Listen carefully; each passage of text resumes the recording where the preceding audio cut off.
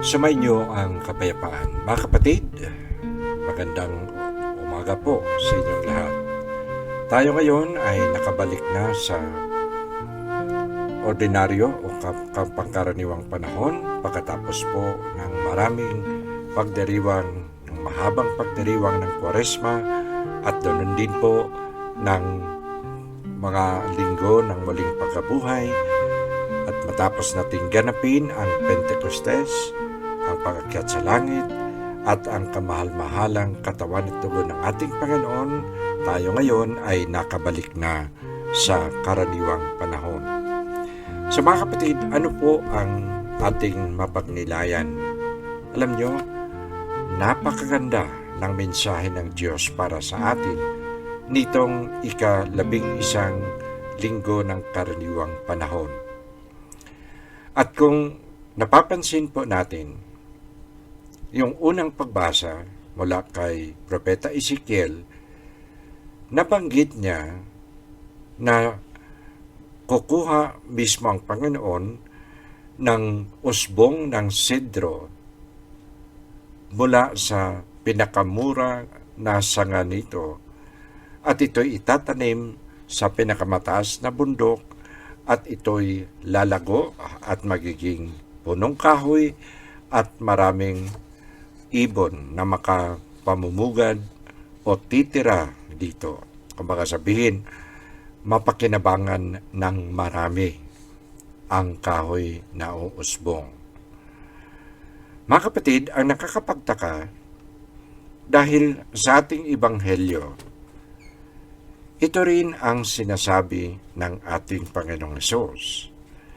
Nang butil ng mustasa sa kanyang talinghaga, ang siyang pinakamaliit na butil sa lahat ng binhi, ngunit kung ito'y maihasik at maitanim at magiging tanim, maraming mga hayop at maraming ibon na sisilong sa lilim nito at maraming ibon na makapamumugad sa mga sanga nito.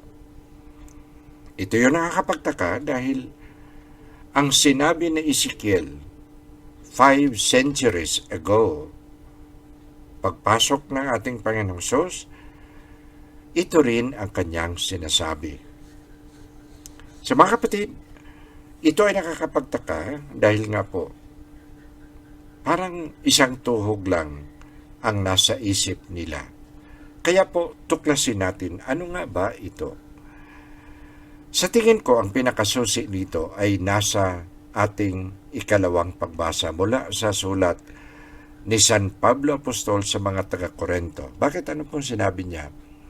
Ang sinabi ni San Pablo, tayo'y namumuhay sa pananalig sa Diyos at hindi sa mga nakikita natin. Or in English, it means we walk by faith, not by sight. So mga kapatid, parang may ibang ugnayan o masasabi natin, merong dalawang paraan kung paano mamumuhay.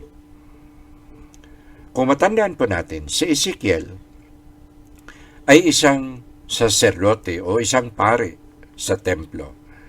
Ngunit, nung panahon ng sinalakay ang Jerusalem ng mga taga-Babylonia, si Ezekiel ay isa sa mga natangay at itinapon sa Babylonia o napalayo sa kanyang sariling lugar. So mga kapatid, samantalang sila ay naroon bilang bihag, ang mga tao ay naging lupaypay, mga tao na parang wala ng kabuhay-buhay, walang pag-asa. Bakit? Dahil ang akala nila, napabayaan ng Diyos ang kanyang mga pangako at parang walang katuturan ang mga sinasabi ng Panginoon dahil sila ay nalugmok sa kanilang kalagayan na sila ay wala sa sarili nilang lupain at sa kanilang tamang tirahan. Sila ay naging bihag at alipin sa Babylonia. Biro mo, itong sinabi ni Ezekiel, ito yung sinabi niya sa kanila nung kapanahon iyon na bagsak ang kanilang mga pakiramdam. So, nung narinig nila ito, nung sinabi ni Ezekiel na magkaroon ng isang bagong puno na kung saan maninirahan dito ang mga hayop at mga ibon, parang sa tingin nila nagbibiro yata ito si Ezekiel, no? Parang niloloko tayo ni Ezekiel. So mga kapatid, dito natin nakikita na para sa mga taong walang pananalig sa Diyos, sila ay nalulugmok, sila ay natutumba. Ngunit ang mga taong namumuhay sa pagtitiwala sa Panginoon, kahit anumang problema na kanilang pasanin, hindi sila natutumba. Sa halip, lalong titibay at tatatag ang kanilang pag-asa. Paano natin ito maintindihan? Yung unang bahagi ng ating ebanghelyo, no, sinabi ng Panginoong Hesus, na pagkatapos ihasik ang binhi, umuwi sa kanilang bahay ang naghahasik at ang butil o ang binhi ay tumutubo, magkakaroon ng uhay, magkakaroon ng bunga na hindi niya nalalaman paano. Sa madalit sabi, sa ating buhay, ang Diyos ay kumikilos. Maring hindi nga natin nakikita, maring hindi natin maintindihan, ngunit hindi ibig sabihin na ang Diyos ay nagpapabaya at tayo ay pinababayaan. So mga kapatid, kung napapansin po ninyo, tayo, nung nagsimula ang pandemya, ang COVID-19, lugmok na lugmok tayo. Akala natin, mukhang wala ng katuturan ang buhay na ito. Sa kadadasal natin ng Oratio Imperata, ngayon napapansin natin na meron ng mga bakuna. Ibig sabihin, ginamit ng Diyos ang katalinuhan ng tao, ginamit ang abilidad ng tao upang gamitin ang agham o ang siyensya upang magkaroon ng lunas at mapatigil ang COVID-19. So ngayon po, ramdam natin na pakunti na lamang ang mga kaso at ito'y pawala na. So kung hindi kumikilos ang Diyos, maaring tayo ngayon ay wala na. So mga kapatid, dito natin mapapatunayan na kung anuman ang ating hinaharap sa buhay, ito ay hindi natin maiwasan, ngunit kung paano natin lutasin ang mga ito, nagdedepende sa ating pananalig sa Panginoon. At napakaganda ng mensahe na sinabi niya, yung butil ng mustasa, napakaliit nito. Ngunit, kung ito ay mahasik at maging tanim, ito ay magiging punong kahoy at maraming makapagpahinga at mamumugad sa mga sanga nito. Simbolo ito ng sinasabi niyang maraming bansa o ang simbahan, ang katawan ni Kristo, ay para sa maraming mga tao. O nga naman, at ito ay ating nakita sa buhay mismo ni Kristo. Parang isang butil. Ang alam po natin, ang ating Panginoong Hesus, nung siya ay namatay sa krus, siya ay 33 lamang ang kanyang edad. Napakabata pa. Nasaan siya? Bakit isang butil? Dahil nga po, kung napapansin natin, nung siya ay tugisin, nung siya ay dakpin, nung siya ay pako sa cross, di ba, nag-iisa lang siya. Iniwanan siya ng kanyang mga kaibigan. Yung kanyang mga kasakasama, sila ay nagtakbuhan.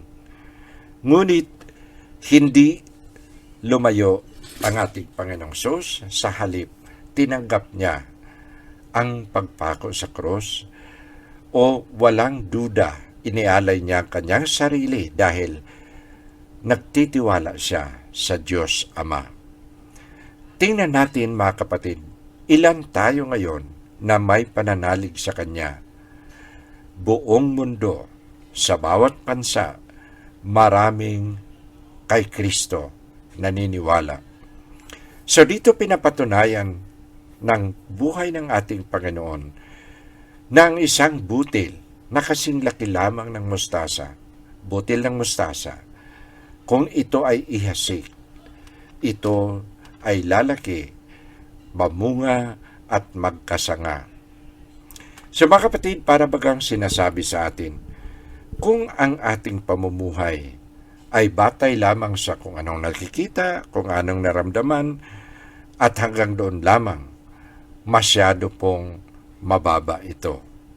Ngunit, kung ang ating pamumuhay ay hindi lamang kung ano ang ating nakikita, kundi namumuhay tayo na may ugnayan at may pakikipag-ugnay sa Diyos. Ibig sabihin, tayo'y mamuhay sa pananalig sa Panginoon. Ang ating buhay ay magiging iba. Kaya nga po, if we walk by faith, not by sight, we will be successful. Yun ang sinasabi ni San Pablo sa ikalawang pagbasa. We will be courageous. Magiging matapang tayo. Magiging matatag tayo. Oo, merong kabigatan ng buhay, ngunit hindi tayo nalulumbay. Oo, maraming problema, ngunit hindi tayo natutumba. Sa halip, tayo ay magkaroon ng kalakasan dahil sa ating pananampalataya. Ang ating buhay ay magkaroon ng pag-asa. So mga kapatid, kung napapansin natin, tayo ay dapat manalig sa Diyos. Dapat hindi natin ikahiya o tayo'y tatamarin na gagawa ng anumang bagay kahit maliit ito.